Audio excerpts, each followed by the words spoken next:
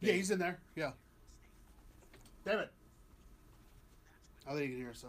But he's in there.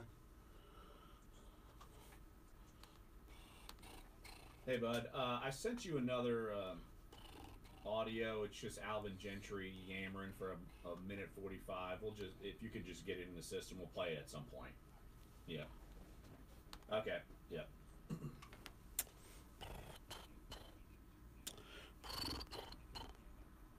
Yeah. All good.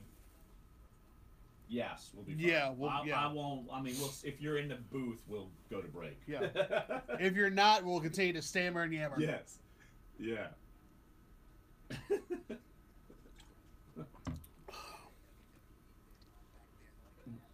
Yeah, the show is supposed to be off the air. Hey, We're still going. We're still going. Hey! Exactly. This is free talk. Stoppage time, right, Clyde? Yeah, stoppage time, indeed. Stoppage time goals. All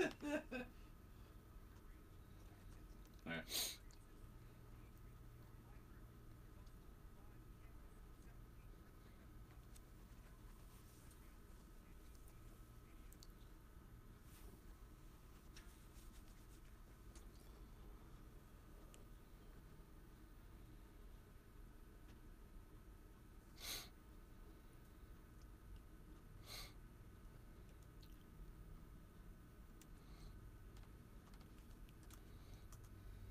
Duncan Holder on a Monday, May 7th. Larry Holder, Clyde Verdun, and Dave DeCourbier here with you at iHeartRadio Central. Jeff Duncan's chair is still empty. Maybe he'll join us on the show at some point. I know he is at least traveling back to New Orleans from his stint at the Kentucky Derby. And what do you know? The favorite wins the Kentucky Derby, justified. For the sixth, I think I saw yesterday on Twitter, for the 6th year in a row and 6th time in 7th year. It doesn't even make betting fun if of course you go not. do that. Although they say that Justified will have a much tougher time in the Preakness and Belmont, though. So anybody hoping for a Triple Crown may go wanting this year. Well, we'll see. Who knows? You never know with these things. But yeah, of course, Justify wins the Kentucky Derby. Lone Sailor finishes 8th. But Jeff he may join us on the show depending on when his flight lands. So we'll figure out what we're doing with Jeff. Then around 10:45, we will talk LSU baseball with our new LSU beat writer, Brody Miller. He's based up in Baton Rouge, so we will have him on. LSU able to take the series against Arkansas. They needed that big time for their chances to advance to some college baseball postseason. So we'll talk about that. Also, your phone calls are welcome. 504-260-1280 is the number to get involved. But from jubilation to depression, the Pelicans stomp Golden State on Friday and then come out and are basically a doormat to open up Game 4. And even though the Pelicans inched back into this thing throughout the game, then they threw the ball out there for the second half, and it was over. The Pelicans were beat down by the Golden State Warriors in Game 4. Probably not giving a lot of juice to the fan base, knowing that the Pelicans are now down 3-1. They got to travel all the way back to Oakland, and I'm assuming most rational person are figuring this season's over by Tuesday night at Golden State, and Golden State will advance to the conference finals. Well, if they play like they played Saturday, I should say Sunday afternoon, then I mean, it's like Ron wrote yesterday. It's all over by the shouting at this point. I mean, when you have 5 starters in their quote unquote death lineup, their plus minus. No one had below a 20 in the plus minus. And describe what's the death lineup for the Warriors. The death lineup is their supreme leader Snoke lineup of Andre Iguodala, Kevin Durant, Draymond Green, Klay Thompson, and Steph Curry, which is literally might as well be Thanos at this point, just snuffing life out of the earth, or at least for half of us. You sound depressed even talking about that lineup. I mean, it's absolutely. You know what's interesting is, so yesterday, I got there early enough again to sit in on the press conferences for both teams. So Alvin Gentry and both Steve Kerr talk pregame. You know, obviously the questions abound were, especially after before game 3, on Friday night was, well, who is Steve Kerr going to start? Because obviously, they asked Alvin Gentry, and obviously he's like, I mean, I don't know, man. I mean, they could, anything that I say they're going to do, they're going to do the opposite. So if like they start one big to like try to counteract Anthony Davis, they might start 5 bigs. Who knows? But yesterday's was telling because Steve Kerr talked specifically about he was asked about the lineup. He didn't go into great detail, but he did mention that what they were going to have to do in Game 4 that they didn't do in Game 3 was take better shots. He felt their shot selection in Game 3 on Friday was abysmal, and it didn't help that the Pelicans were playing great defense that night and forcing them into shots they really generally didn't want to take. So that Game 4 had to be much different, and boy was it different because not only did he say that Steph Curry is not on a minutes restriction, the words minute restriction never came from Steve Kerr, and he said he had his own idea about it, but that he felt confident about what they were going to be able to do today, and clearly he knew. I mean, that was basically tipping his hand, saying that he was going to go with his preferred lineup of Iguodala, Durant, Green, Klay Thompson, Steph Curry, which basically the difference was putting choose Iguodala, a 5. Yeah, wasn't it just putting Iguodala in the starting 5? Yeah, that basically pretty much it. Pretty much that's the difference. But like what Iguodala does is that, I mean, clearly if you look at his line, you see 2 for 7 from the floor, but those two shots were both threes. He had 7 rebounds, 6 assists, and 6. So he had 6 points, 6 assists, and 7 rebounds. While that may seem like a very weak, it's a stat line that doesn't come out to you. It's exactly what they want. It's exactly what they need from him because of the matchup problems defensively that it creates for other teams. Because you're talking about Draymond Green as your quote unquote 5, even though he's really not. And that was also something else Steve Kerr talked about too. Was just like the idea of the European game making its way to the NBA and how he feels like that is one of the biggest innovations in the league during his time of what he's seen as a player, as a coach, in terms of the influence of European players being more skilled at being able to handle the ball and take shots from 3, which is exactly what the Golden State Warriors have now perfected to the point of being so dangerous. All right, you could talk about your lineups in European and whatever lineup all you want. The Pelicans came out and just got ripped right away. They took the punch and just kept getting punched down. You blinked and it was 14-2. Yeah, and that's the thing. I mean, the Warriors, they weren't missing. The Pelicans, they looked flat. They looked like they didn't know what hit them, and they could never recover. That's what happens when you lose 118-92. And I was stunned that they ever cut it to 4. And at halftime, they were only down 7. And then when they come out in the second half, basically, they were just like the arena. Half the seats were empty because people were out getting food or beverages or whatever. And the Pelicans didn't show up to open the second half. And all of a sudden, they're down 20 again, and that was it. And so the Warriors scored 37 points in the first, and they scored 33 in the third. Oh, it was. Oh, my goodness. I'm surprised they only scored 37 in the first quarter. I was waiting for them to put up 50 again like they did in Game 1, but look, it was such a stark contrast of what you saw Friday night when the Pelicans were on fire. They were playing great defense.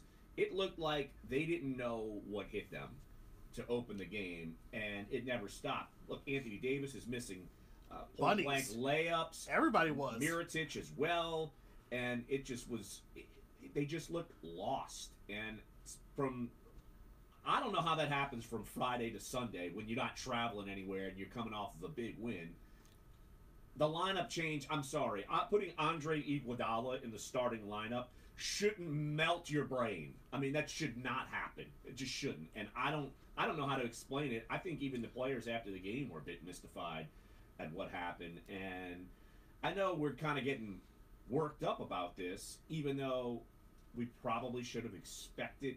I mean, the fact that they were close in Game 2, they won Game 3, kind of got your expectation level higher, and then we're kind of smacked back to reality. Okay, the Warriors are pretty damn great, and the fact that look at the rest of the NBA. Eastern Conference, you're about to have 2 sweeps. Yeah. The Rockets, Utah got 1 game, but it looks like they're going to be 4-1. This series looks like it's going to be 4-1. So basically, the cream of the crop, the teams you expected to rise to the occasion in the playoffs are doing that. And this is something we're going to be talking about, I'm sure, tomorrow and the next day. Where do the Pelicans go from here? Because as soon as this season ends, we're talking about, okay, does Boogie Cousins help this Pelicans team either A, in the regular season, or B, in this postseason? Because you're not standing up to Golden State. You're not standing up in a 7-game series to Houston. That's who you're chasing. And I think after seeing this series, the Pelicans are going to have no issues saying, let's get Boogie back into the mix. Yeah. You're going to have Nico Mirotic back, get the band back together with Boogie and Mirotic in the lineup and figure this thing out, because it will be a different look than what they're putting up now. I mean, they can hang for a couple games. We're seeing it what it is. The Pelicans are basically where they are, 4th best team in the Western Conference, and you've got to take another step to be in Warriors territory, and they're not there yet. No, but I mean, that's nothing to scoff at either. I mean, No, saying I that agree. yeah, there's I nothing to agree. scoff at either. I mean, being considered one of the 4th best team in the West and considered one of the 8 best teams left standing. That's not that. I mean, from where the Pelicans were at the start of really the All-Star break, and I'm gonna go. Oh, how about the start of the season? start of when the people season. were figuring, all right, they might be the 8th seed. Yeah. The fact they get up to 6, and it's like we're putting them in the coffin right Right, now. it's But like bury 'em it's now. reality. I mean, it's reality. It's just it's a different class. I mean, this Warriors team, specifically the way that they're built, the way that they've changed the NBA, the way that they've changed how every other NBA team will have to look. And I saw this tweet yesterday. Well, it's what the Rockets are trying to do. Yeah, the Rockets are trying to do, That and they series still, is- and they might not. You know, I said that regardless, I said I think that the Rockets and Celtics will meet in the finals. I'm not so sure of that anymore. I'm not so sure that I think Houston has the. I don't think Houston has the gas to be able to keep up with this I don't Golden think State so team either. I don't think so. So, you know, I mean, credit to them. They're going to make the conference finals, but it's not going to mean a whole lot, even with home court advantage. I just don't think it's going to be that kind of thing. But for the Pelicans, look, it's been a run that has had its ups and downs. And Drew Holiday said this last night. Now, obviously, they're going to go into tomorrow. They just need to win one to get back here. And theoretically, certainly they cannot shoot 36% from the field, 15% from 3. Now, granted, You're not going to beat anybody. You're gonna beat anybody playing with like that. that. I mean, you I don't scored care who it 92 is. points. Yeah, You're not but I going to mean- beat anybody. You're not going to beat Memphis. You're not going to beat Phoenix. You're not going to beat Going that Orlando. way. Right. You're not going to Any beat of you're going to these beat the Suns. teams. Right. But I mean, at the same time, if they want to go 24 for 30 from the line again, that's not terrible. And you want to talk about the reason that they were in the game at any point? It was because they went to the line 18, 19 times in the first half. They went to the line 30 times in this game, with Anthony Davis Well, at going least 10 they and 10 had, from the line. Look, at least they had that altered, but it Yeah. didn't help him. Yeah, everyone. Oh no, free throws. Well, they went 30 times. They still lost by 26. Still lost by 26. And only scored 92 points. So you're not. silver lining is Yeah. that where you're coming from? Also, and I know, No thanks. a lot of people love talking about turnovers. They had 19 turnovers that turned into 21 points. Can't have that. You can't have that. We've you seen- can't have that. We've seen the Pelicans overcome turnover problems throughout the season against bad teams. You can't do that against Golden But it's like State. they were No. literally flawless in the first 2 games. I mean, the first 2 games and in Game 3, they realized that they cannot allow the Warriors to get extra points off turnovers that they're allowing, because that's extra possessions. The more possessions the Warriors get, the more dangerous they are. But They're hitting every shot as it is. As They it don't is. need extra yeah, possessions. they don't. Yeah, they don't need That's wide open what layups. happened. Right. And then obviously another thing, you know, just like we were talking about post-mortem, which we will likely do at some point when the season is officially over. Oh, we're going You to look have at it. it- No. Here's the thing. Post-mortem is going to start today. It's going to go into It's gonna tomorrow. run into tomorrow. Even though the Game 5 is tomorrow, it's going to go into the next day. That's where we are. But I think people knew that. If Golden State took a game here, the writing's on the wall. That's it. The end. It was a good run. And the fact that they even got this far, getting past game one, series 1 against Portland, even just if they went 7-1, it would have been a great season. Lanyap. They swept, expectation levels jumped, and look, that's a good thing. It's a good thing. Actually, that is a good thing that expectation levels will jump. And you want to talk about interest and this, that, the other. There won't be a lack of interest going into next season. Absolutely not. They will not be. Now, Absolutely not. the fans in the seats, that might not translate right away, just because that's the nature of this town. Football is going to dominate, and of course the Saints, their expectation level is super high, so Skyrocket, people are yeah. going to be putting their money toward that. But there's certainly more to think with this Pelicans team, regardless of what happens Tuesday and the rest of the series. Well, Tuesday, if it's over, it's over, and they lose 4-1. But, hey, there is a clear-cut top 4 in the NBA, and you're seeing it. And for this season, to be, like you said, top 4 in the West, it's pretty damn good. It's pretty good. Yes, that's nothing to sneeze at, and it gives you a foundation to build on to look forward and project out to be able to say, if we want to get to that next upper echelon, if we want to be contenders in this league for years to come, we need to take and bottle what we were able to do, the Pelicans, what they were able to do this season, and start to really lay that foundation of continued success. You know, we talked about the San Antonio Spurs after they went out and how they've made the playoffs now for 20 years. That is an incredible accomplishment and should be and will be the standard bearer for every team to follow, to not only have that continued success, but then to build on and see how do we become like. Let's have the Pelicans just get to the playoffs 2 years in a row. 2 years in a row, and that's going to be a stop. That. Yeah, let's start. But there. hey, man, not 20. But it's all got to start with one. And I mean, if this is the one it starts Clyde, with, you were technically correct. A streak has to start with one. That's what I do. Attaboy. Must have been. Did you party with Trombone Shorty at halftime? Oh my goodness, that show was so fantastic. And the Yodel Kid? I didn't, because I didn't want to ruin what was literally probably the most perfect halftime show the Pelicans were put on this playoff series. Nothing against DJ Jubilee was that. It was fantastic. Get it ready, get it ready, get it ready. By the way, something about that song too. You don't realize how long that song is. I know how long the song is. Until like you hear it and you're not dancing. You're like, holy crap! Like, I'm tired. Did we dance? Did we dance throughout this entire song? It's like 7 minutes. Yes. So, but Trombone Shorty's set on Friday was incredible, and I tweeted this out because he's beloved in Europe. Obviously he's loved here. There's no way that he should be more beloved in Europe on Duncan Holder than he should be in the entirety of America. How much more can we give him love? How much more can we give him love? For as long as he continues to pump out great music. I heard his set yesterday to close out Jazz Fest was amazing. Absolutely. All right, let's take a break right here on the show. When we get back, we're going to hear from Drew Holiday. We're going to hear from Anthony Davis. We're also going to hear from Alvin Gentry throughout the show. Around 10:45, we'll talk with Brody Miller, covers LSU, our new LSU beat writer at NOLA.com, the Times-Picayune. LSU pick up a big series win. How does that help them RPI-wise? Because, look, once the NBA ends here in town, all heads turn to college baseball, and everyone's focus goes on LSU baseball and what they can do. And then, look, we actually have Saints rookie minicamp coming up this weekend. Probably not going to talk a lot about it today, but we'll be talking about that throughout the week. But and if you want to get involved in the show, 504-260-1280 is the number to get involved here. Sports 1280, NOLA.com, the iHeartRadio app, Duncan Holder. I mean, this radio station in Fayetteville, Arkansas needs a stun gun. Like, stop texting me. I can't go on your show in the morning. I'm getting my kids ready for school. No. Go away. Thank you, I appreciate it, but it's not happening. Like, no.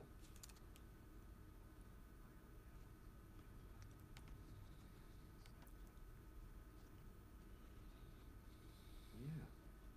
They wanted me to come on at 6:40 a.m. Oh my God. Then they want me to come on at 8 a.m. I'm like, no, none of this works. Like, morning for me does not work. And here's the thing. If I had mornings free, I would be doing a morning talk show. Yeah. If you had mornings, yeah, exactly. Yes, I would be doing a morning sports show. This is not hard to understand. Right.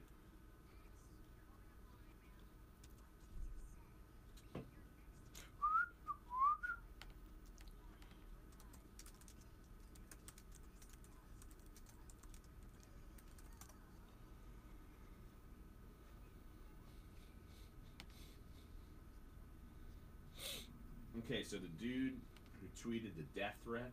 Yeah. I actually know that guy. Are you serious? Is there anybody in this town you don't know? I've met him, and he follows me on Twitter. No, well, not anymore. I think he deleted his Twitter account. But yeah. Yeah, or basically shoot, like, he tweeted out that he hopes like someone shoots Draymond Green in the face. And seeing as how New Orleans has 37% crime rate, okay. Yeah. He's actually good buddies with Joe Cardosi. That's how I know him. Yeah. I've seen him at on stage, and yeah, he says some ridiculous stuff. Yeah. I'm not talking about it. I'm not. Yeah, we should. Yeah, we should not talk about Even it. though we have the video up on NOLA. Good Lord. Of him talking. Yeah, of Draymond talking about it. Mm.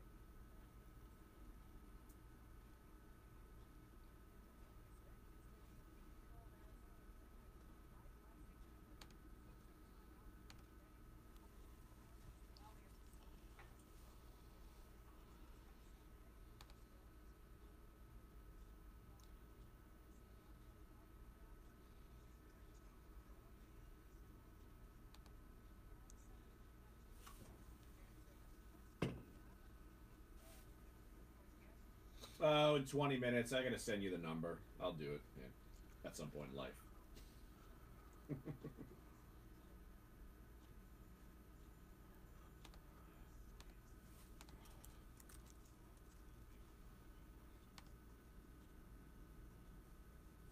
So you're looking at shooting percentage. They basically swapped roles from Friday to Sunday. Pelicans shot 36% from the field on Sunday. The Warriors shot 38% from the field on Friday. So there you go. That's basically the flipping of the switch. And to come out, I still can't understand this. To come out and play so well one day and play so brutal the next, I don't understand it. I would understand it more if they did this, they flew all the way to Oakland and came out flat. I don't understand how you do it in Game 4 when you know how pivotal it is. I understand how good the Warriors can be, but I don't understand it. I think that's underselling what the Warriors at nearly full capacity could do to a team like the Pelicans, or to really any team in the league. I mean, LeBron James. So you're putting you're putting this more on Golden State being great as opposed to the Pelicans coming out flat. Well, but I mean, as we know in these situations, it's not just one thing. It's not just going to be one thing that doomed the Pelicans in this game. I mean, yeah, coming out flat's not going to help. Shooting 36% is not going to help. But at the same time, you can't just ignore the fact that the Warriors, as constructed, will go down in this run as one of the greatest teams to play. I mean, this is still mostly a team that won 73 games. And if not for one of the most miraculous finals performances by LeBron James to win that title, we'd be talking about a team that's going for, a three-peat? I mean, that's literally what we're dealing with. So I just don't think we can just naturally... I mean, there are points to look at. Shooting, coming out flat, not being able to, be built to take on a team like this, all of that is valid. I just don't know if you can just easily pinpoint to if you don't start against the Warriors, you're not going to win. Yeah, a lot of teams are going to start well against the Warriors, are not going to win. But I mean, let's talk about specifically, not just with the Pelicans, but let's talk about Kevin Durant. Kevin Durant yesterday in his press conference talked about how Draymond Green sent this long text message in the middle of the night and talking about how he needed to be more aggressive, how he needed to, really, take things on his shoulders and play his game. And all Kevin Durant just said was, I got you. But clearly the message was sent and the message was well received, because when you're talking about Kevin Durant, who is one of the most unguardable players in the NBA outside of really a Steph Curry or LeBron James, when you go 15 to 37, 2 of 5 from 3, 6 15 from to the line. 27. 15 to 27. I'm sorry. Yes, 15 to 27. 37 would not be that Yeah, good. yeah. 37 would not be good. 15 to 27, and you finish with 38 points, a plus minus of 23. You grab 9 boards and have 5 assists. That is an incredible stat line, and that doesn't even do half justice of how he took over games and hit shots, incredible shots, with multiple guys guarding him. Well, they don't have a guy who could defend him. Like, you could have Drew Holiday defend Steph Curry. You can have Rondo on a Klay Thompson, something like that. But Durant, I mean, you there's no way you can defend him with the players that the Pelicans have. There's no way you could stop him consistently in a series like this. You can't. And all it is, look, Drew Holiday could be on him like glue, and it seems like he has been that way, and yet Durant could just elevate over him, shoot, and like you said, his shot, it's almost at times uncontestable. Yeah. Doesn't matter what you can do. Look, all you got to do is see he nearly made more shots in Game 4 than he even took in Game 3. He only took 18 shots. Yeah. And went 8 of 18, 22 points. In Game 3, Klay Thompson was the main shooter. 9 of 22. Steph Curry was 6 of 19. So the fact that they were off and Kevin Garnett wasn't completely on. Why do I keep saying Garnett? I'm about to say, Kevin you watched Durant, Area 21 last night? I feel like it's Rondo Garnett. It keeps like sticking in my Go back head. to the Boston days. Exactly. Kevin Durant only scores 22, and then I think you're right. He decided, I'm going to put this team on my shoulders. I know Steph Curry's coming off of the knee injury, not totally back. Look, Curry went 8 of 17, 4 for 9 from 3, and scored 23 points. A lot, and a bulk of those points really came in garbage time in the fourth. I mean, a lot. Like he had, I remember looking at it. It was either late in the third or early in the fourth. He had 12 points. He had 12 points. This was Durant's game. Yeah, this was Durant's game to have. Just like AD had his game in Game 3, this is Durant's game. This was Durant's game. This was Durant's game to take over. You know, because there were apparently, I guess, afterwards, you know, and obviously players who don't need to have any motivation, but I guess there was a lot of talk about he's not taking any three-pointers. Let me cut you off right here. AD went 15 of 27 from the field in Game 3. Durant went 15 of 27 for Game 4. It was the AD game, Game 3. The Durant KD game in Game 4. Exactly. And that's what you're talking about. And I mean, literally in 30, and that's in 36 minutes. So 38 points in 36 minutes of action. Pretty swell. Pretty swell, as you would my say. Twitter. During these games. But there's another thing that we cannot gloss over, at least when it comes to the differences from Game 3 to Game 4. And honestly, obviously, it has to do with a player that used to be a Pelican, or at least was a Pelican for a summer. Quinn Cook was the guy off the bench. He was 5 of 8 from the floor. He scored 12 points. And most bench players are going to have very low plus minuses, but clearly he was able to be a factor in the 17 minutes that he was on the floor. Well, they traded reserve players. Ian Clark was very good in Game 3, and that's the thing too. Cook was very good in Game 4. I mean, not that and I mean, shout out to Ian Clark. I mean, he was going to take his shots, but being 4 of 14 to score 11 points, and 0 of 7 from 3. That's not going to help you. But it's not like he got any help. But he didn't get any help from anyone. That's not going to help you. That's not going to help you very much. But I mean, the only other person off the bench that had 80 points was Solomon Hill with one 3-pointer. I mean, clearly that's not the performance he had in Game 3. Ian Clark, Darius Miller, nothing from Darius Miller, nothing from Chet, nothing from DeAndre Liggins. Solo Hill was taking shots and hitting threes, and my wife's like, "Look, he's not as bad as you say." I'm like, "No, now he thinks he's going to be able to take 10 threes." So yeah, at least now every game, and clearly that didn't work out. And I mean, that's in a nutshell, of really talking about the essence of this game, talking about not coming out with a kind of vigor that you had for game 3, because I mean, I understand it. Game 3 is do or die. Game 3 is you don't want to go down 3-0, and then you're talking about a sweep in Game 4 on your own home floor. You don't want that again. So Game 3 is clearly a do or die for them, and they treated it as such. They treated it as a do or die game. They played like it. Everybody, 1 through 9, 1 through 10, all played like this was the last game that they were ever either going to play in the NBA or ever. And they got 2-1. But it also raised the expectation of believing that the Pelicans could play like this over the course of the next 3 or 4 games. Exactly. And clearly, Golden State had other ideas and showed that even on your best day, even on your best game, having won, there's no way that you'd be able to keep up with us over. Well, the you series. can take one big shot at us, and we can come back and give you 4. Yeah, that's basically what they're saying. Because again, Draymond Green had 8 points. He had 8 points, and he's been one of the better players in the series. Because I mean, no one would have seen that coming. Nearly averaging a triple double, but he had 8 points last night. Same thing with. I mean, we talked about Iguodala first, but like that literally is the problem that they present. Klay Thompson, that was your opportunity. Your window was Klay Thompson with 13 points, Draymond Green with 8, and then Andre Iguodala with 6. If Kevin Durant's gonna be that guy, then look, man. I think you'd probably want to take your chances with being able to figure out how you can get everybody else involved. But the Pelicans couldn't do it. They couldn't find a way to shoot better than 36% just because of the matchups. Yeah, Nico 1 of 7, Rondo 2 of 10. Look, that's not good. It's just a buzzsaw, man. It's a buzzsaw that you walk into, and AD there's 8 not of a 22. 8 of 22. That's not good. But you were right. But I think you also proved out a key point. There was just something off. The missed bunnies. Like I remember. There was like AD missed a wide open layup, and a couple of them. But there was one in particular where he missed the layup. The Warriors got the rebound. Literally, I believe it was either Quinn Cook or it was either Quinn Cook or Looney was wide open on the other side of the court and got an easy bucket. Yep. And that there was like, this is the game in a microcosm. Absolutely. All right, let's take a break right here on the show. We'll hear from Drew Holiday. You'll hear from Anthony Davis and Alvin Gentry later on in the show.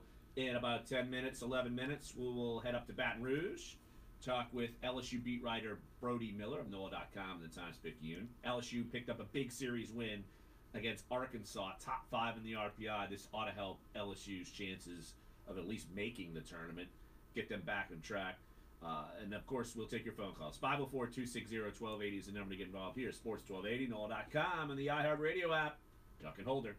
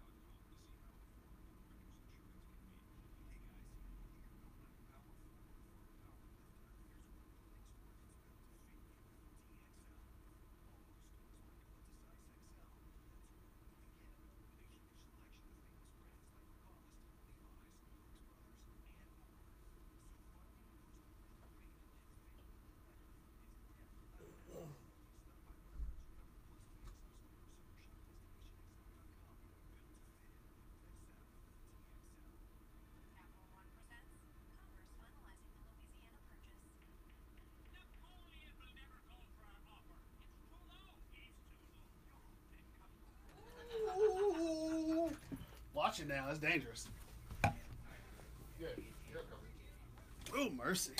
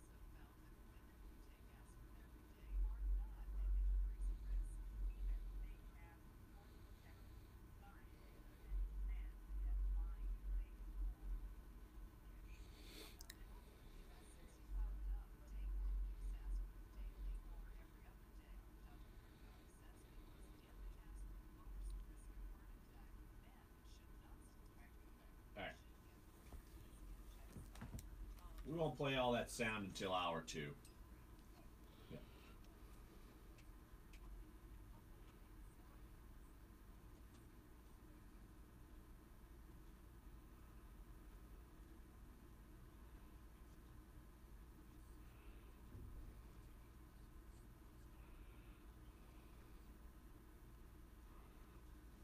Welcome back to the show. 504-260-1280 is the number to get involved. I'm wondering, Clyde, how many people are going to stay up late on a Tuesday with the Pelicans down 3-1 to watch what happens. I'm curious. I don't know if, say, Joe fan, who's just getting on board, is going to do this, knowing what they saw on Sunday. I'm curious. Yeah, I mean, obviously, it'll be interesting. Our own Will Guillory tweeted this out from someone who works at ESPN, but in looking at the ratings numbers for Warriors Pelicans, especially from Game 4, it drew a 4.1 overnight rating, and that's up 5% from a comparable game last year. So people are watching. They're watching the Warriors or they're watching the Pelicans. I mean, they might be doing both. Either way, that's a good sign. As apparently the entirety of the NBA playoffs are up over all the networks, both TNT, ABC, ESPN. That's from Awful Announcing. Awful Announcing, who is a great website that looks at ratings for different sports. Don't be fooled by the awful. Yeah, don't be fooled by the awful. Like, it's not like Awful Announcing is one of my favorite blogs. Awful Announcing loves me. Yeah, clearly, because they if I'd have known, man, I would if I would have known, they would have taken to you getting your head shaved. They so lauded well. me for getting my head shaved. I would have reached out to them so quickly, so I could have been on their website for any reason. I would have loved it. They also lauded me way back a few years ago when I had my little spat with Jari Evans. Oh yeah, you're right. I was like, I know that guy too. I was like, oh man, it's like worlds colliding. You just got one of my favorite blogs, and Larry Halder. I was like, it's great. Well, yeah, exactly. They love me. They love me. At least when I'm wrong, I admit it, and when I'm right, I'm really right. Yeah, when you're right, we can't hear the end of it. Exactly. We haven't even gotten to my Derby. I know. I was about to say, like, we haven't even talked about the Kentucky Derby yet. I'm waiting to see if Jeff is going to make the show. So I want to, because my winning pales in comparison to his losing. Oh my goodness, there's no comparison. I don't want to share that story without Jeff's permission, so I'm going to leave it there. I'm just going to leave it to you this way. If Jeff could have ponied up a couple of bucks, literally a couple of bucks, he would have had a major. I would have wired him the money. I would have wired him wired it to him. I'm not getting in the story. He's in the story, and I don't want to do it. All I know is that in taking the advice of those who are far more educated than I am with horse racing. Look, we had I got to give her props. Yeah, Catherine Terrell. Catherine Terrell. She basically shared her insider knowledge, as in that she knows what she's reading in a race sheet. Her hat was lovely, by the way. Both her Kentucky Oaks and Derby hat were both lovely. I just wonder if it rained, what happens to the hat? I just hope she wasn't. I just hope she wasn't in the rain. Well, did you see Gail Benson? They had like a rain coat looking thing on her hat to protect the hat. Well, I don't blame her. Those hats are apparently Tom Amos was giving out to all the people who, at least who know him and GMB Racing. He gave out all the booties to everybody so they can put them on their shoes. Basically Jazz Fest boots. Yeah. Painted with Lone Sailor. That was a some shoes ain't cheap, man. No. I mean, you wear those to the Derby? What? Jeff just had little trash bags on his shoes. I think they were actually made for shoes, not like... Yes, they were made for shoes, yes. But I got to give Catherine Terrell all kinds of credit. And she told me, box the 4 horses, whatever. I don't know. I said, sure. So I did, and I got 1, 2 right. Justify and Good Moon. I think that's who finished second. Almost got eked out. But big winnings for Larry. Netted $40. Oh baby, the biggest gambling win in horse racing probably of my life. Get it? But here's the problem: you had to go into the cloud of smoke and probably depression of the earth into an OTB. Yeah, that's probably what it is. I mean, I've never been in one, so literally, like you and maybe a couple other people who I've met in my life can attest to actually going into an OTB. I'm surprised I could find the gambling machine through the cloud of cigarette smoke. It is. I'm surprised it's not something. regulated like casinos would be. Jefferson Parish, you can walk in and you can smoke in bars in Jefferson Parish. Can you smoke in like the treasure chest in like Boomtown? Well, I think you can make regulations to say no. Oh, okay. That's But right. JP, you can still smoke in bars. And boy, smoke them Did if you they? got them. Smoke them if you got them. All right, let's take a break right here on this show. We'll head up to Baton Rouge coming up next. We'll talk with LSU beat writer Brody Miller. LSU getting a big series win against Arkansas. And Brody also one of our new sports writers. So we want to introduce him to Break the him in a little world. bit. Break him in a little bit. Exactly. So, all right, we'll talk Pelicans also in hour number 2. Maybe we will catch up with one Jeffrey Duncan if he exits his plane in time. Which If the depression of knowing what he did has not seeped over his entire I don't know self if he yet. wants to tell the story. I wouldn't. I would. Of course you would. I would. Now What could have been? Yeah, now that I won $40. $40. Big time. All right, Brody Miller next. Sports 1280 NOLA.com, the iHeartRadio app. Duncan Holder.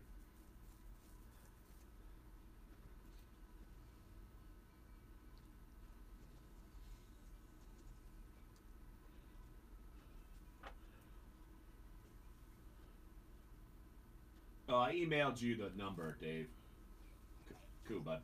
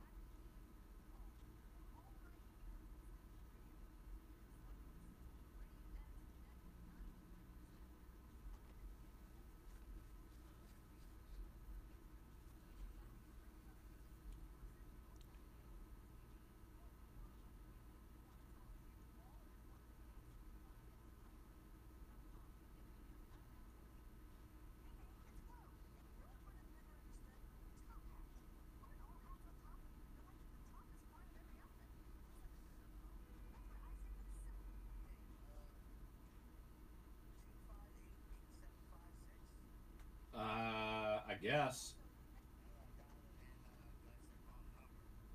Oh, well, here, let me give you his personal number. Maybe he put down his... he doesn't know his work number yet.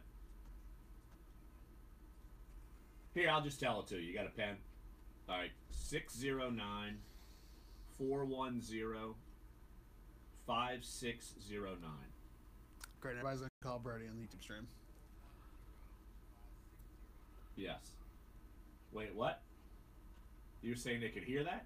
Yeah, well, because I mean it's not pulling in the regular audio, so it's pulling in just our mics. Cool. So everybody has crank call yeah. Brody. Everybody crank call Brody and say that Duncan Holder did it.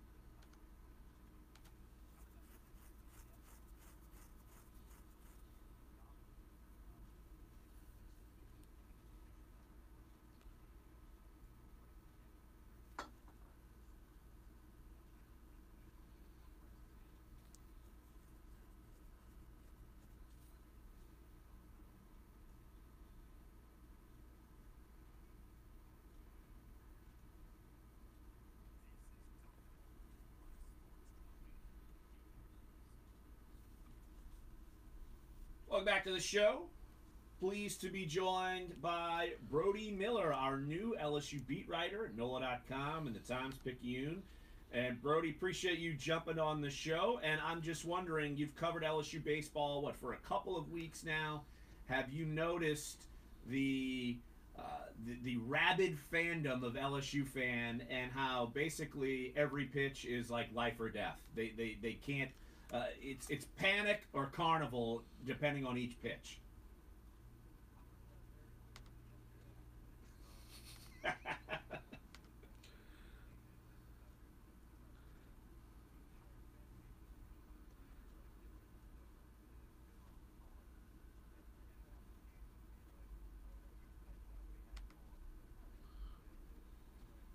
There you go. Well, you covered this weekend series. LSU taking 2 of 3 from Arkansas. And look, LSU, they're not typically in this territory where they're having to scratch and claw just to even get into the NCAA tournament.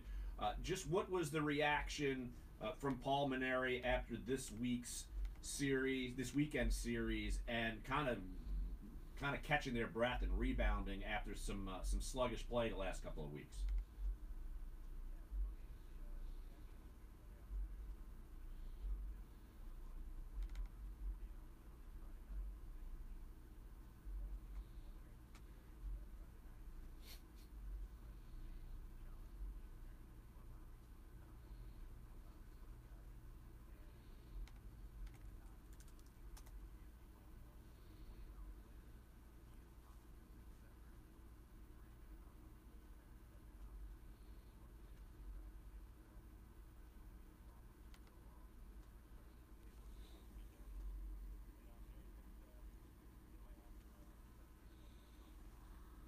Brody Miller, NOLA.com, the Times-Picayune covers LSU. Joining us right here on Dunc and Holder. And you talked about A.J. Labus, and there's been a lot of expectation surrounding him.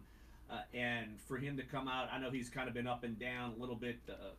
For him to come out and pitch the way he did yesterday, how confident do you feel like Mainieri is to kind of roll with him on the weekends moving forward?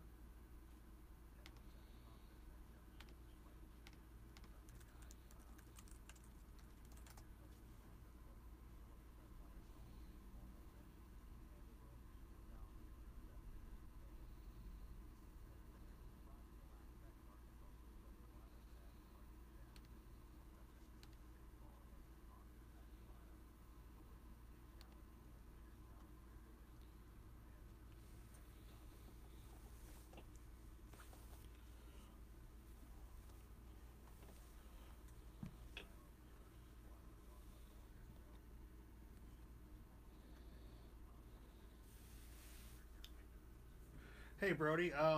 First of all, again, welcome. We're happy to have you on board. And like we mostly do on the show sometimes, we, as you heard with Larry jumping to the doomsday prepper. Always with LSU, everything is LSU. doom and gloom. It's either fantastic or pitiful. I mean, that's just the way it is. So as you get used to that, what's crazy about this series now, the series win for LSU, not only does it jump them up to 49 in the RPI, but at 12-12 in the league, they're somehow only 2 games back of Arkansas in the SEC West with 2 weekends left to play. So was there any talk about that yesterday post-game in terms of how big this series win was for them, not only just to pull it out against a number 5 team and a highly ranked team in the RPI, but where it keeps them in the SEC standings going forward, looking into the not only the SEC tournament, but the NCAA tournament?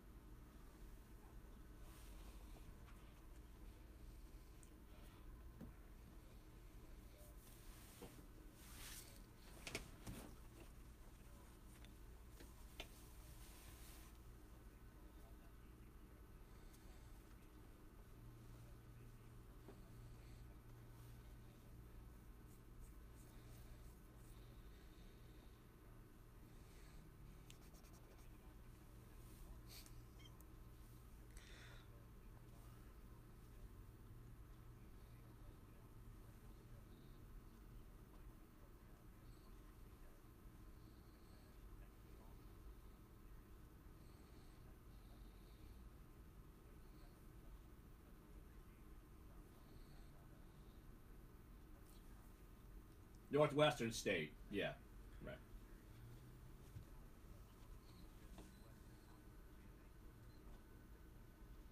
Brody Miller, NOLA.com, the Times-Picayune, covers LSU, joining us right here on Duncan Holder. Brody, also wanted to have you hop on. Just you've been in Louisiana a couple of weeks, and you're coming from the Clarion Ledger up in Jackson, and of course that is Mississippi State, Ole Miss country. That's the state's newspaper. Just kind of your background, just to kind of familiarize our listeners to you, because just for a heads up, this probably won't be the only time you jump on the show. Just throwing that out there.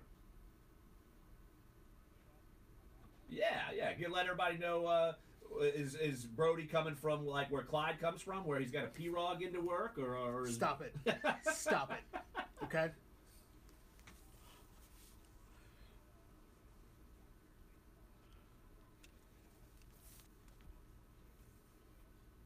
Bless you. Oh, Ben Simmons, LSU. You should just go and they should take down Ben Simmons' statue. Nobody can't shoot. Well, LSU wasn't exactly a good sign, so yeah.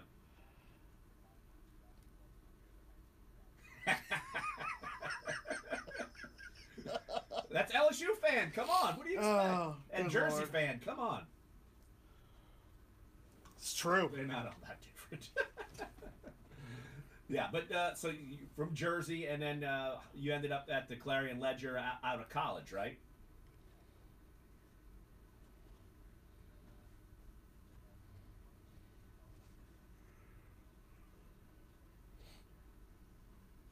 And what were you covering there?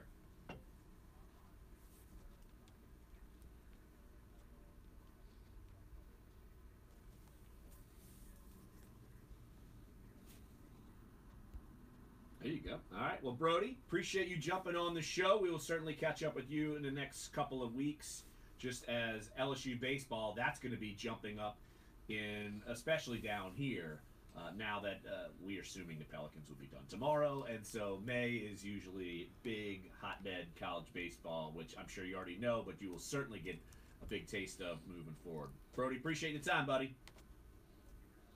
All right, that's Brody Miller, LSU beat writer from NOLA.com and the Times-Picayune. Been on the job for a couple of weeks and already doing a bang-up job.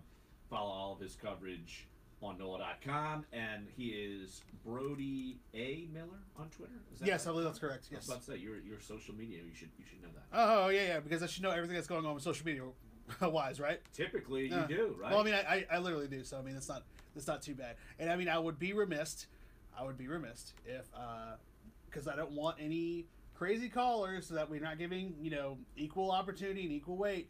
But unfortunately, Tulane didn't have a great weekend this weekend. They did not. They were swept at the hands of, again, a very highly ranked East Carolina ECU team.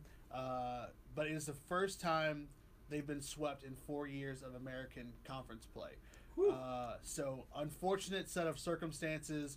They dropped game 1 9-5, then fell on Saturday 8-3, and then in the rubber match, they eventually ended up losing 6-1. So, unfortunately for them, with a few weeks left to go, it looks like, by all accounts, the American Conference tournament is going to be their route of entry into the NCAA tournament if they can make it that far. They've got to make it into the conference tournament. They are in danger of missing it.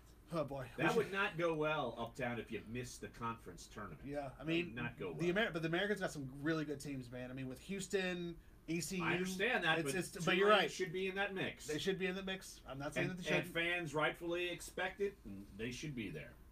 I mean, they were there a couple of years ago. I'm just bringing it up so people don't call saying we didn't give Tulane equal opportunity. Well, that's usually not the route. We usually have LSU fans saying we talk too much about Tulane, so that's what it is. Also true. All right. Hour number 1 is up. Hour number 2 is on the way. We will hear from our own Jeffrey Duncan at 11:30. Get his thoughts on Pelicans Warriors, the Kentucky Derby. You'll also hear from Alvin Gentry, Anthony Davis, and Drew Holiday in hour number 2. So don't go anywhere. Sports 1280, NOLA.com, and the iHeartRadio app. Duncan Holder.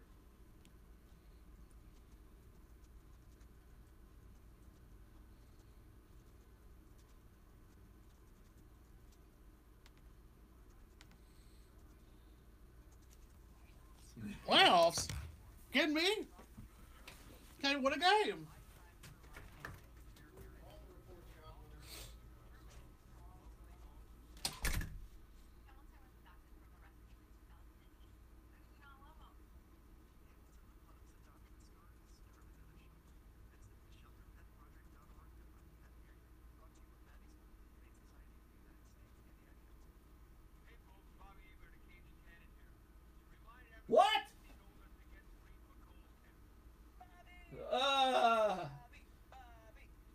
Bobby, clean my colon. Bobby, clean my colon.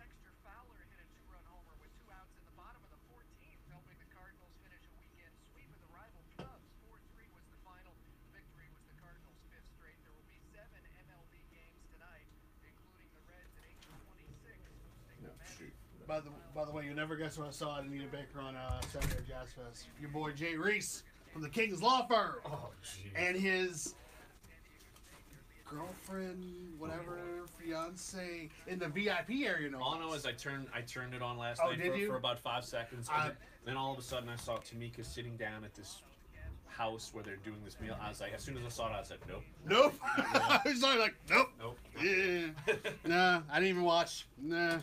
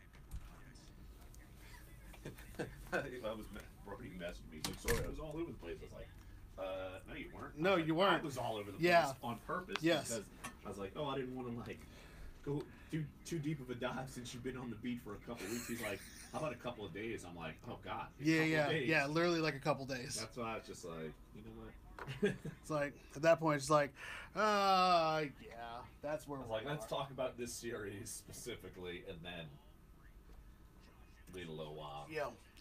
Otherwise, I would have got Lopes, but I knew he didn't cover the series. So. Yeah, and he was at the game yesterday. Right, I knew that, so he wasn't working, huh? He was just there. Yeah, he was just there. Yeah. He was there watching.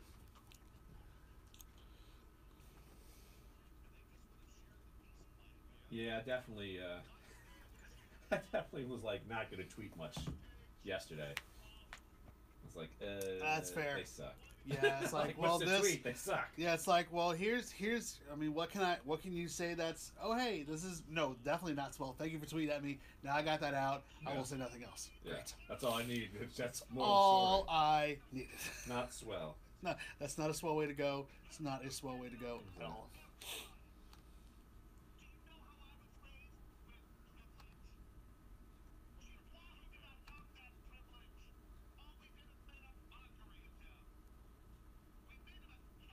So how long do you think it takes till Latoya's in prison? Latoya can't trap. Bruh. Bruh, if you think she's going to prison, like, I'm just saying, man, like if she's going to prison, She might just jump in C. Ray's cell. I don't think she wants to go anywhere near CRN's cell and or CRN's habits. Well, we'll see. I don't know. So, She's got enough baggage following her in. That's well, what I I'm mean, like, yeah, I mean, it's not helpful. It's not helpful at all, but it's also one of those things where, I mean, do you really know she was using the credit card the wrong way? Right. Well, then, who knows? Yeah, it's like, who knows, man? I'm just Can you- bracing myself. It's like, can you guys just keep this going? Because it seems like we have a little bit of a good thing going. Just, can you help with that? Good, do that. Just do it in the right way without stealing funds. You do that, fantastic. We're gonna be fine. Well, I just know when that election came up, everybody's like, I don't like any of these candidates. I'm like, well, you know why? Because no one wants the job because being the mayor of New Orleans is not a fun job. It's not a fun job, man. It is not a fun job. It's not a fun job. I wouldn't want it. Hell no. Yeah, it's not a. It's a job. It's a job. That's for sure. But it is a. It's not easy, to say the least.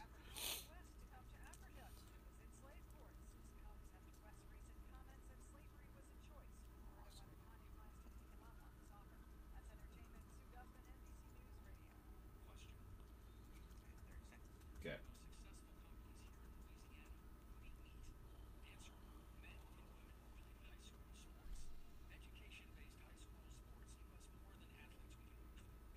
I think Jeff's only here Tuesday.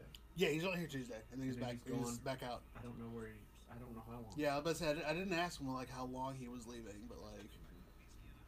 Well, then I'll be gone probably 3 days from like May 21st through the 23rd.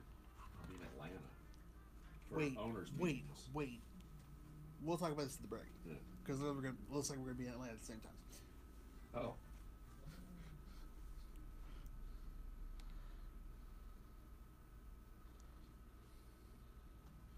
Duncan Holder, hour number 2 on a Monday, May 7th. Larry Holder, Clyde Verdane, Dave DeCorbier here at iHeartRadio Central.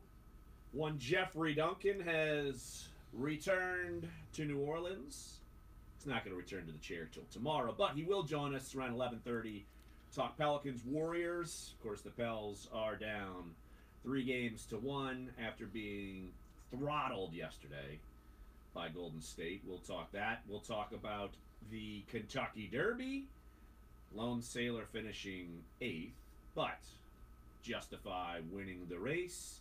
2 weeks from now, the Preakness comes. We'll get Jeff's thoughts about the weekend, and maybe he will retell or actually reveal his possible yet no winning of a superfecta at the Kentucky Derby. Wah, wah. Sorry, Jeff. No super you, even though I got $40. $40 win. Best bet of your life. Oh, yes. Should I just... Here's what I should do. I should frame the ticket. No, you really and should not even cash it in. I mean, it's really just $40. I shouldn't... Well, that's why. I should just say, hey, I won... I picked the exact... the Kentucky Derby and just frame the ticket. Is $40 worth my, my pride? Yeah. As we've seen, you're willing to put a lot of things on the line for your pride. So... Why hold $40 to that? So I should keep the ticket or cash it in? You should cash the ticket in. I'm sure you can. I'm sure $40 would be useful to you. Do you think they can give me, say, like a No. commemorative ticket? No. Why? Because you won $40. Huge. And how much money did you put on the ticket? Okay, in total, I put up $29. Okay, and so you and the exacta hit 69.20 or so. Yeah, so I netted $40. So you netted $40.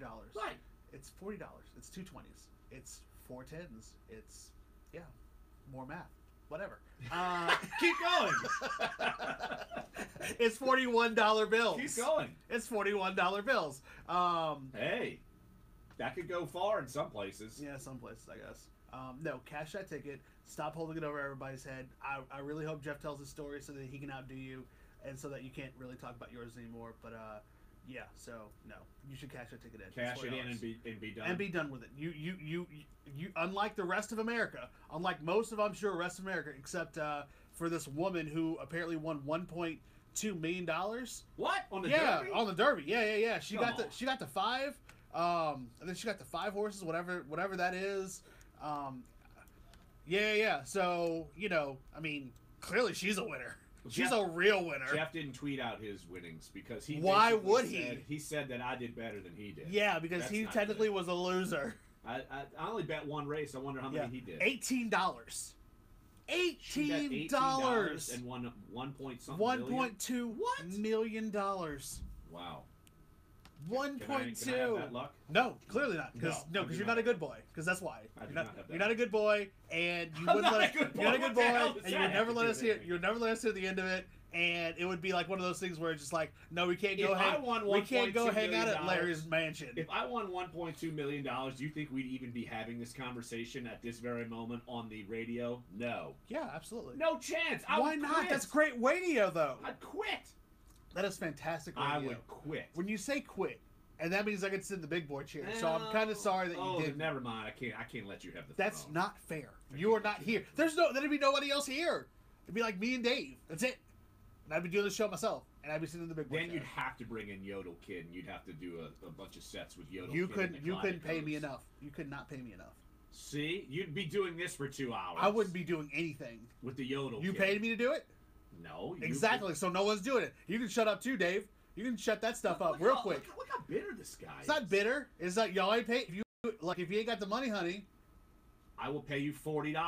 get out of here. I'm sick of you. I will pay you I'm so tired of you. $40 if I had I'm so tired of you right now. Yeah. And Jeff's only gonna be back here for a day. Good lord. Yeah, Jeff's going on another world tour. I don't know where. I would. Shoot, man. But I thought he would. But I'm sure knowing him, he probably thought he was going to have a lot more disposable income for that trip than he thought that apparently he will have from this Kentucky Derby excursion. Well, the Pelicans, their world tour will probably stop Tuesday night in Golden State. Of course, they go down. Jubilation on Friday, depression on Sunday. Big time loss against the Golden State Warriors on Sunday. You'll hear from Anthony Davis. You'll hear from Drew Holiday. You'll hear from Alvin Gentry. Why don't we hear first Drew Holiday's take after the game and their mindset of the Pelicans moving forward?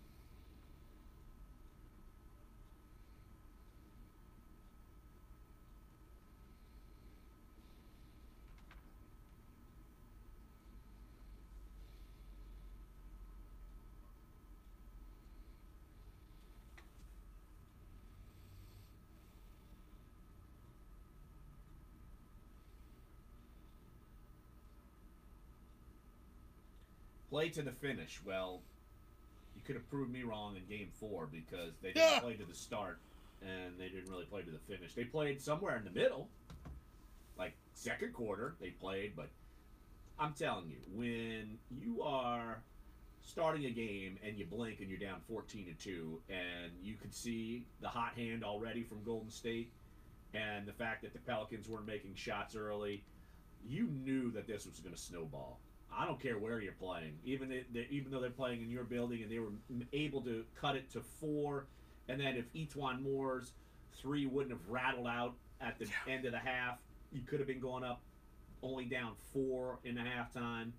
But let's be honest. That team was not going to lose that game, and I'm talking about the Warriors. They were not going to lose that game. No. No chance. No chance. But that's why they're no champions. Dice. You got to get to that point. And it's taken them a few years, but they were not winning that. I mean, they were not going to allow the Pelicans to win that game. No, and it's like a tweet I was reading yesterday. I mean, this team has been built with, before Steve Kerr and since Steve Kerr to contest with Cleveland for world titles and really outpacing the West in terms of forward thinking and innovation of how a team can be built. And now everybody's trying to play catch up and just hope that they can get the same type of players that Golden State has to be able to even just try to contend. But this team is now battle tested, and it literally takes you playing perfect 4 times to beat them, which is highly unlikely. I don't know if there's a For team any in the team NBA in the NBA right now. I don't. I mean, regardless, and we talked about this well before the playoffs even started. That whoever comes out of the East is literally just going to be a sacrificial lamb for whoever comes out of the West. And whether that's Houston, whether that's Golden State, the best teams in the NBA, or some of the best teams in the NBA, are in the Western Conference. I can't see Sorry Golden to say State now that I've been able to watch them and they've gotten Steph Curry back. Yeah. And if they play like they did last night, which they're capable of doing more than once, twice, More than 3 once. times against anyone in the NBA, You think Cleveland? And I mean, granted, I think Golden State. This is you're starting to see them kind of hit their stride. Oh yeah. And I mean, That this is game with alone, 35 Sunday's games. game, yes. I mean, 35 games they were without Steph Curry. The Warriors. They did not have their 2-time MVP on the court for 35 games. They had to figure out how to stay the 2 seed without him. Leading on Kevin Durant, leading on Draymond, leading on Clay. Now they have Steph Curry back. In 3 games into the second round of the NBA playoffs in the Western Conference, they look like a team that has missed not a single beat.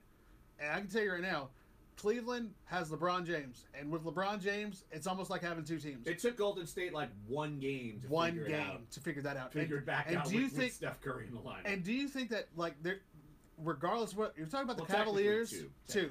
But you think the Cavaliers have the horses to go with Golden State? No. Do you think Boston has no. it? I mean, I don't think the Rockets. The do Rockets? Either. No, I don't think so. I'm sorry. I mean, we're seeing. I mean, and that's also something that I want to talk about for sure in today's show is that regardless. First of all the people who stay to the end of the triple zeros in the fourth quarter, congratulations to you. I think you get it because regardless of whether or not who left or whatever, if that was the last time you saw the Pelicans, I respect that because you knew that you were not only seeing. You might be seeing the Pelicans for the last time in 2018 until October, November. What about all the Golden State wearing jersey fans? There were plenty of them. There were plenty of them. And boy, they were a lot louder. But I mean, they had a reason to be louder in this game. Well, the Pelicans fans were quiet starting in the very first quarter, 2 minutes into the game. A Warrior player would hit a shot, and you could hear literally for us, because we're above both we're above the 300 level in the hockey press box, in the auxiliary press area. And it seemed like every time Golden State hit a shot to our left, and I looked multiple times. I'm like, where are all these Golden State fans? Because every time they hit a shot, it was loud and raucous. And like Pels fans they were hoping for something good to happen. And then you look up and it's 14-2, 14-4. So Pels fans who stay to the end, you realize, you get it, that staying until the end is probably the last time you're going to see likely NBA basketball until next October. But you're also, we're witnessing greatness. That's my biggest problem with people who try to hate on LeBron. And then I can understand hating the Warriors, it's fine. But you're watching one of the greatest teams and one of the greatest runs in the NBA history. Well, it's tough because it's against your team. I get it. I get it. I totally understand it.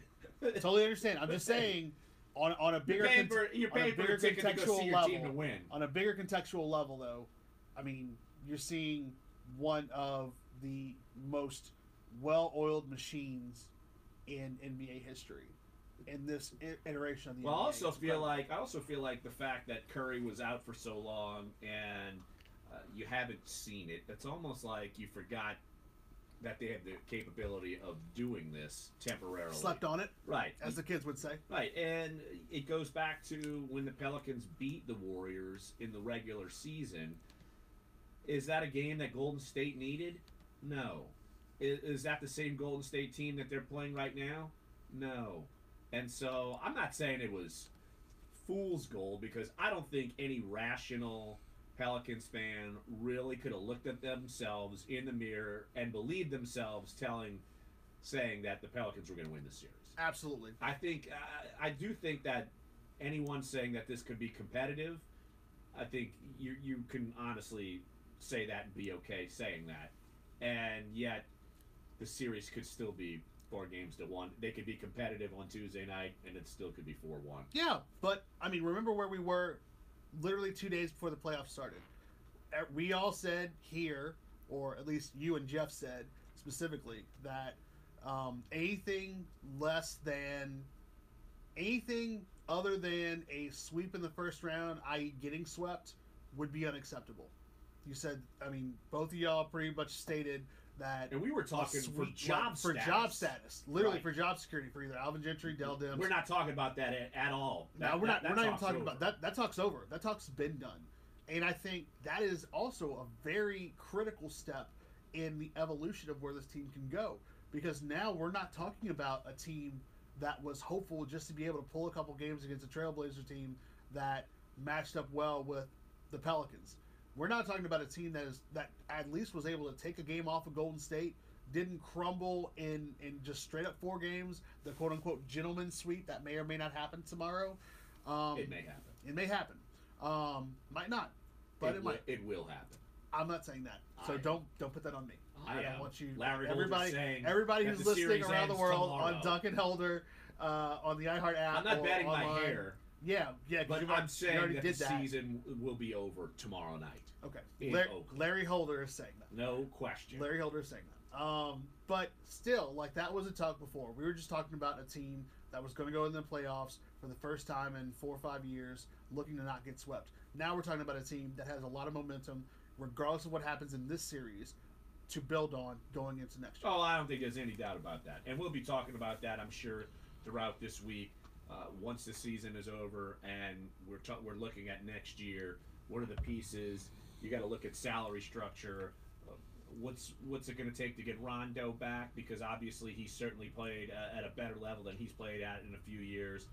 The money with Boogie, we're going to have to kind of look at that and go GM, capologist, to make sure you can keep the team in its current form and possibly add a piece if you want to do that. I don't know if they're going to be able to do that, but yeah. There's some fat you need to cut in some contracts, and there's one guy who's going to go into next year making $13 million, who was out most this year and has been playing this. I wonder what you're talking about. Yeah. The defensive stopper who's not stopping anyone. Yeah. All right. Next segment, we'll hear from Alvin Gentry. We'll also hear from Anthony Davis after yesterday's Game 4 loss. And in about 10 minutes, we'll talk with Jeff Duncan, about Warriors Pelicans and the Kentucky Derby. So don't go anywhere. Sports 1280, NOLA.com, the iHeart Radio app. Duncan Holder.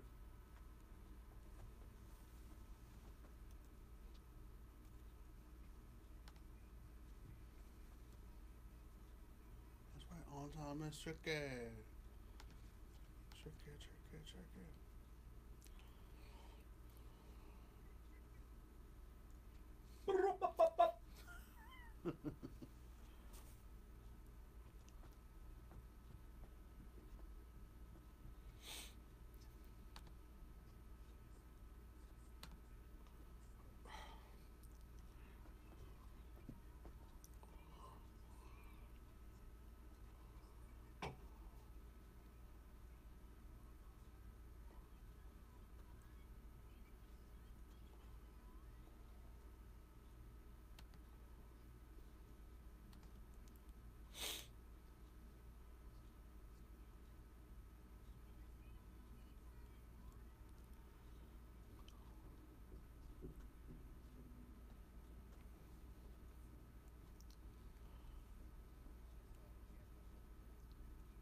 Yeah, and then we're going to run the two sounds here. Yeah.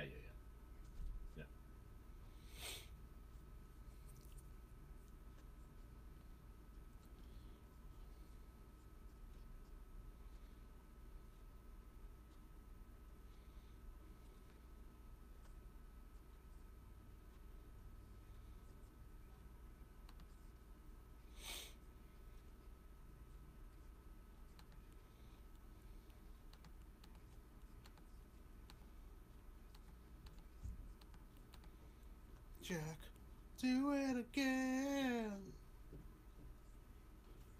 Round and round and round.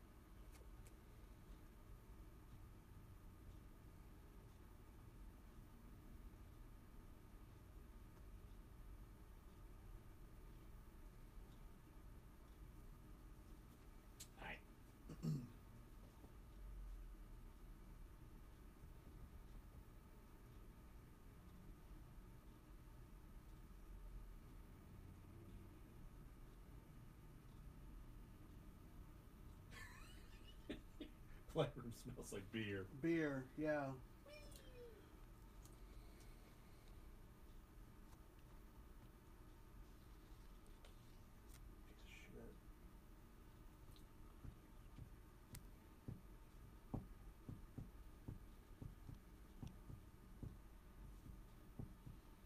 Welcome back to the show. Missed any of it? Sports1280.com, NOLA.com YouTube page, and of course, Claude will do his daily NOLA.com post recap. I'm curious to see if it has anything to do with my winning $40. Yeah, it won't. Why not? Because it's not relevant. Very notable. You're talking about, I mean, this is coming from the same person that doesn't know if he's going to cash a winning ticket? My mom actually texted me with some advice. And she said? Just take a picture of the ticket and cash the ticket. She's a smart woman. Bless you. You are lucky. I am not that smart. No, I think we've proved that. I think we've proven that. How? Through the 7, 8, 9 months of this show. Just because I'm still growing my hair back from 4 months ago of shaving it. Yeah. What do you want me to do? I'm just saying. Hey. I think we're well aware. Well aware. And that's why you have good people in your life, thankfully, to knock some sense into you every now and then. There we go. All right. Pelicans probably need some sense knocked into them after being knocked silly Game 4. Let's hear what Alvin Gentry had to say following the Game 4 loss to the Warriors.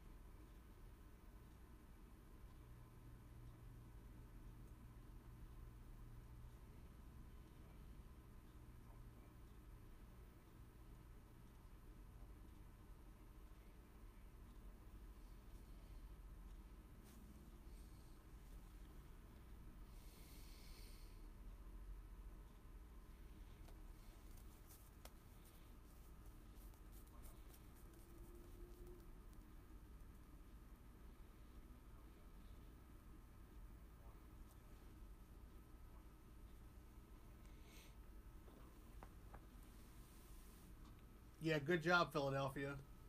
Would blow that lead. Oh, so they gave the Pelicans a false hope? Yeah, clearly. Clearly. They're giving everybody false hope. See Boston come back from a 25-point lead cruising. Freaking choke it away. Ben Simmons can't make a shot. Oh, man. You sound like you're taking Sorry. that personal.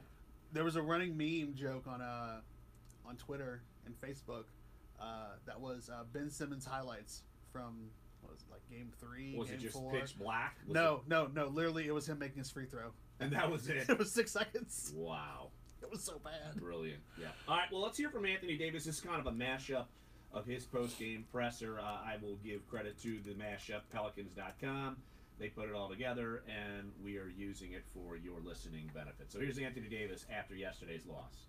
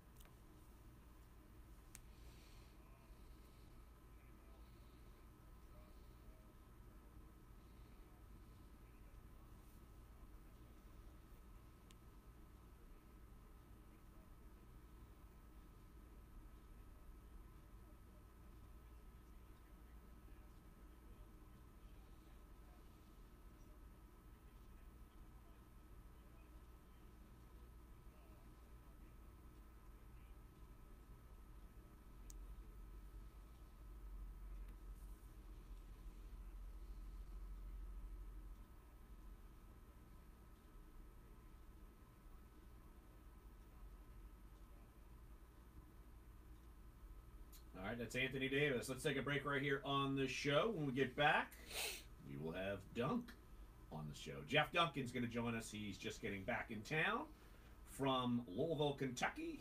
Justify winning the Kentucky Derby. Of course, we'll go 2 weeks to the Preakness to try to get number 2 on the Kentucky Derby Preakness Belmont Stakes train. So, and of course, we'll try to hear Jeff's horror story of not winning. Hope he tells it. I hope so too. Coming back, Sports 1280, NOLA.com, the iHeartRadio app.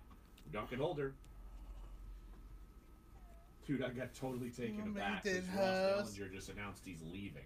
Shut! He's going to Sports Illustrated. Are you serious? Yeah. Wow. Yes! Go away! Wow.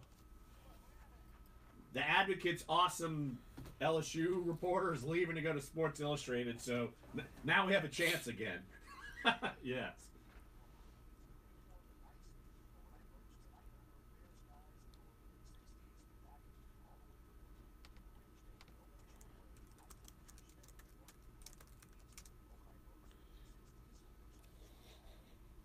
By the way,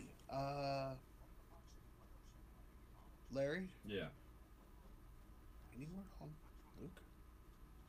I've heard a little bit, but like he's trying to fight to get out. Oh, really? Yeah, like they're. Oh, wow. Thanks. Yeah, like he's like lawyering up. Oh, shit.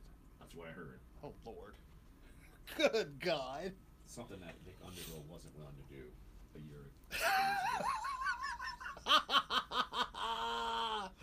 That's hilarious. That's funny. I mean, it's serious, but like, good Lord.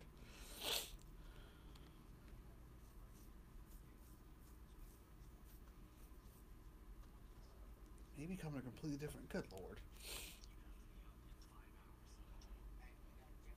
Cool. Oh, cool.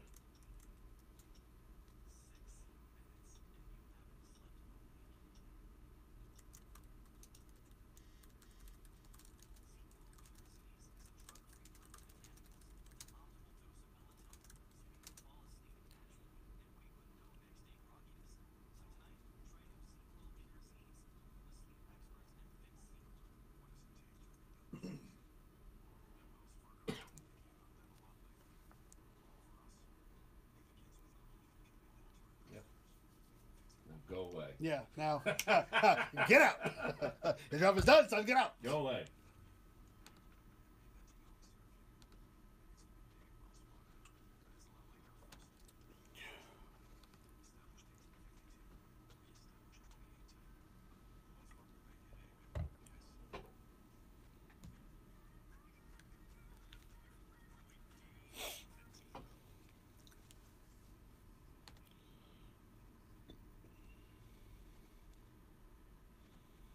Jeff Duncan joining us on his own show, coming back from the airport. Jeff, you're dried out. You got the mud all off of you, and you look. You survived the Kentucky Derby. Tough assignment up there.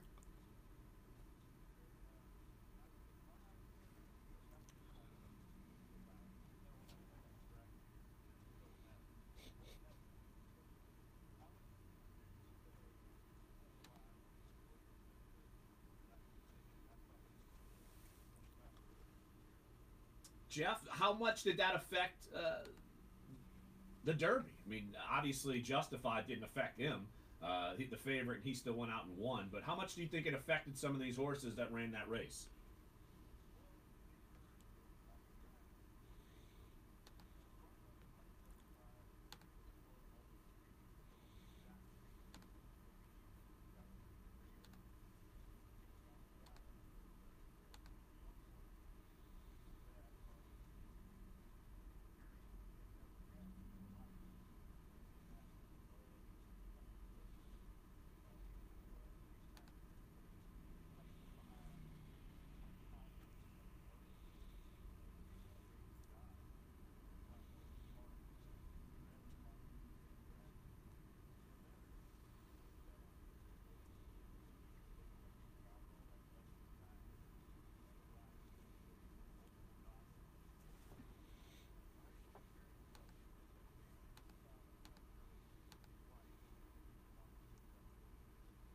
Jeff, as far as justify, in your opinion, moving forward to the Preakness, and of course, if they win the Preakness, they're going to be certainly going to the Belmont. Just from what you've seen now that you've seen Justify in person, what do you think Justify's chances are? At least going into the Preakness and possibly pulling that one out and getting in position for maybe a run at the Triple Crown.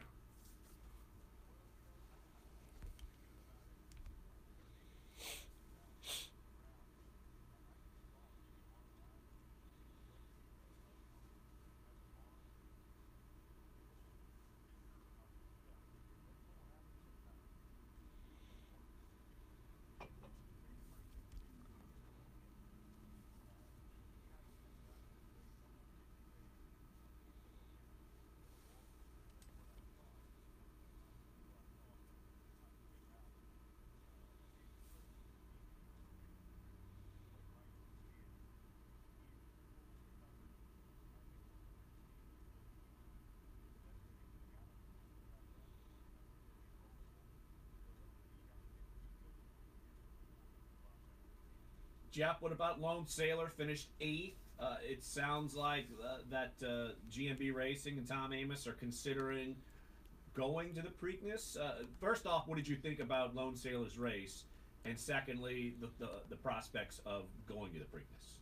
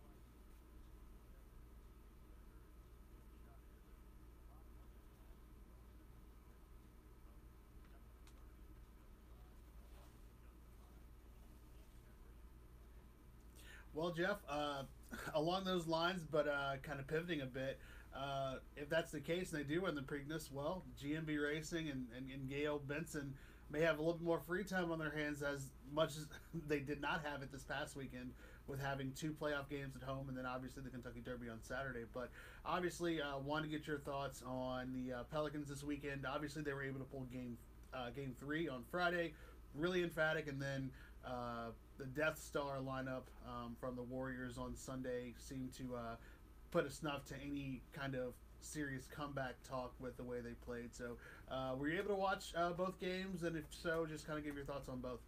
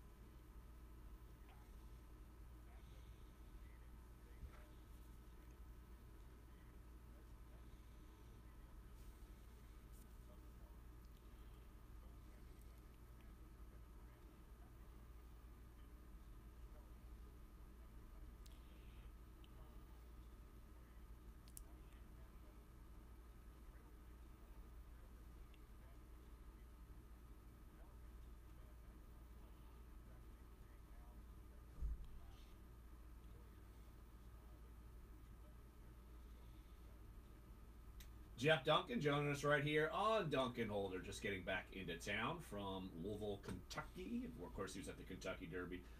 Jeff, I'm seeing this Warriors team, and it looks like the team that you're used to watching when they're in full health. To me, it looked like it took them 2 games with getting Steph Curry back to kind of get back in the swing of things. And now I'm looking at this team and just seeing the rest of the landscape of the NBA playoffs. And this isn't something that the Pelicans should feel bad about. But I don't think if this team comes out and plays like this, I don't think anyone in the NBA is beating them. What do you think about the Warriors where they stand right now?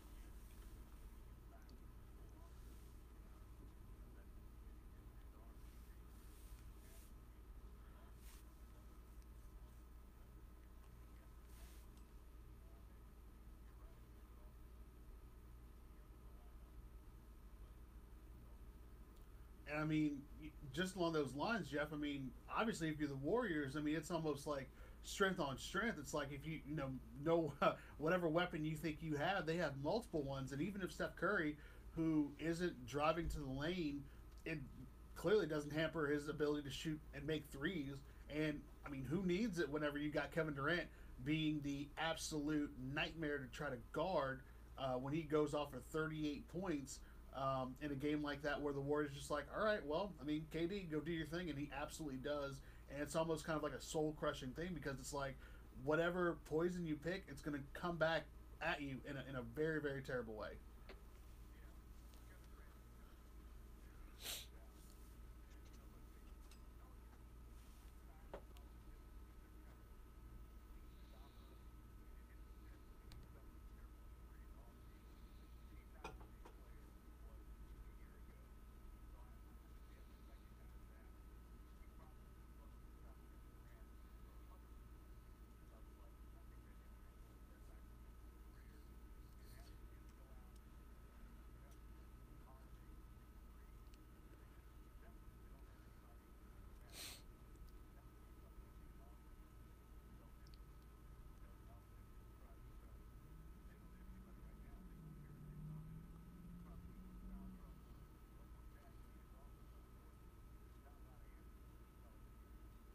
All right, Jeff.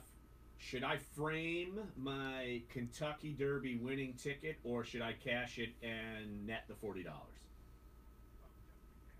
What? What? I didn't do that. Catherine told me what to bet. I just Yeah, did stop it. giving him credit. He's already been patting himself on the back all day. Big net of $40.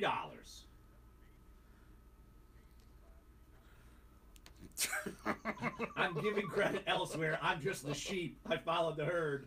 But Jeff, I mean, look, we've been teasing it on the show. Do you want to give your sob story, or do you want to let it be? I was leaving it up to you.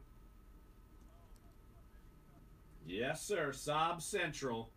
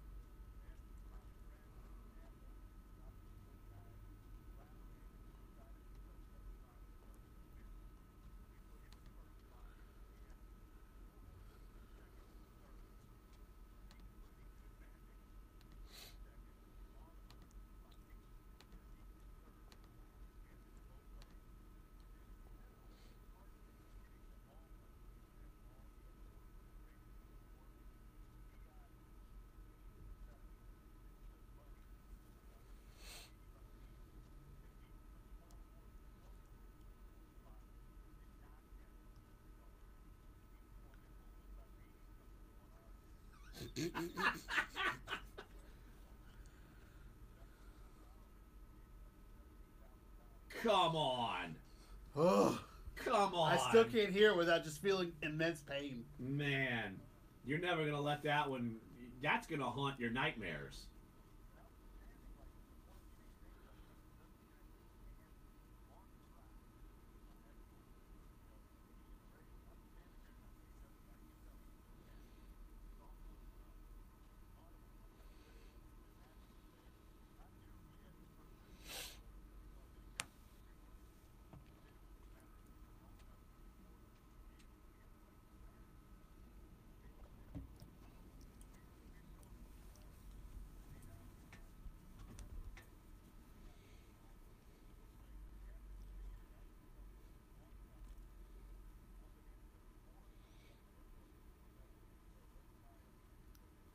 Great. So now you can't.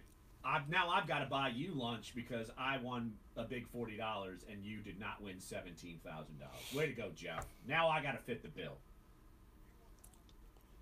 That's depressing. That's awful. That is depressing. On that note, Jeff will return tomorrow, so we will be less depressed. All right. Now, Jeff, appreciate you jumping on the show. See you tomorrow, and then after that, we'll see you in like July.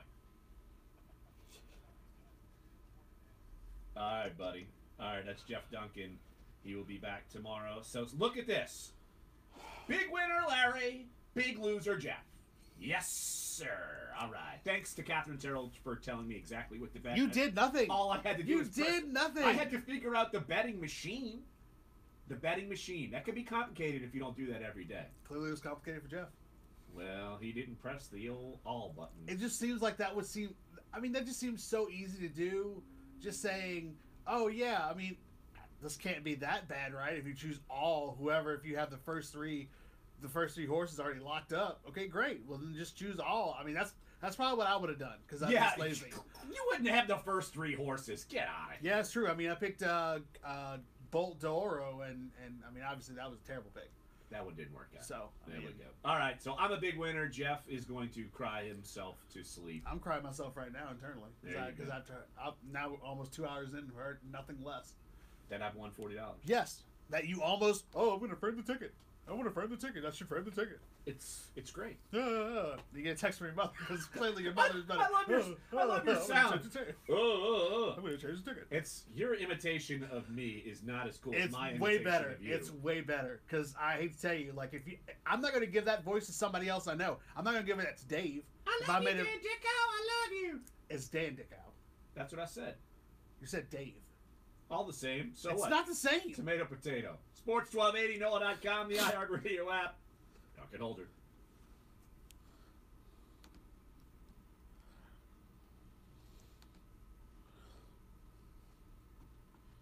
Well, now I'm wondering, with Ross leaving, if they're going to try to con Luke into that job.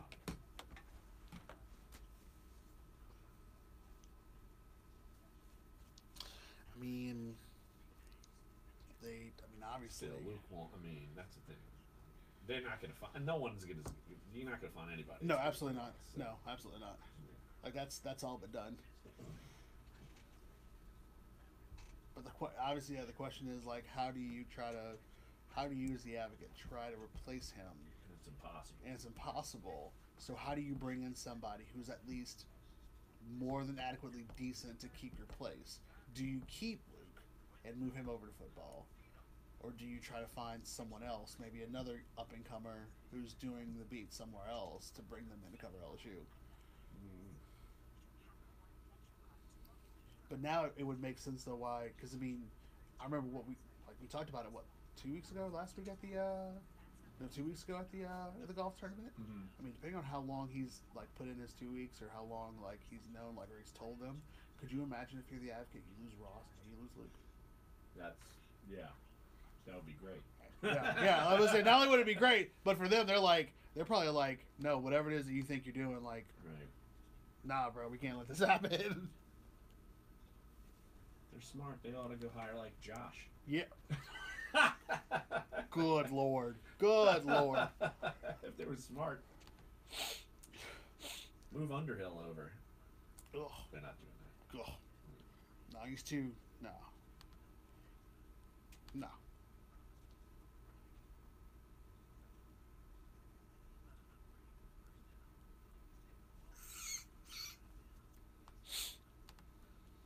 And all over us like, congrats, buddy. All right. And it's like, all Go right. away. Yeah, like, Who cares if SI beats us? yeah, like, no one cares. Get out. Yeah. Shut it down, bros. We're back in this. All right. We got a fighting chance now.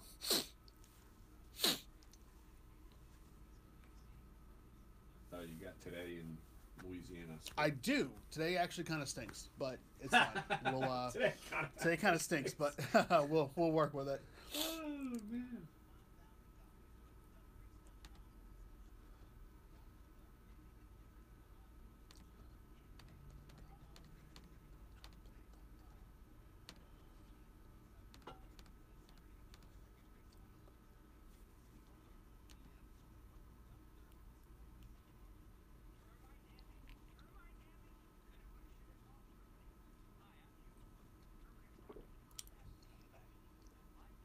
What a shot. Termites. Termites.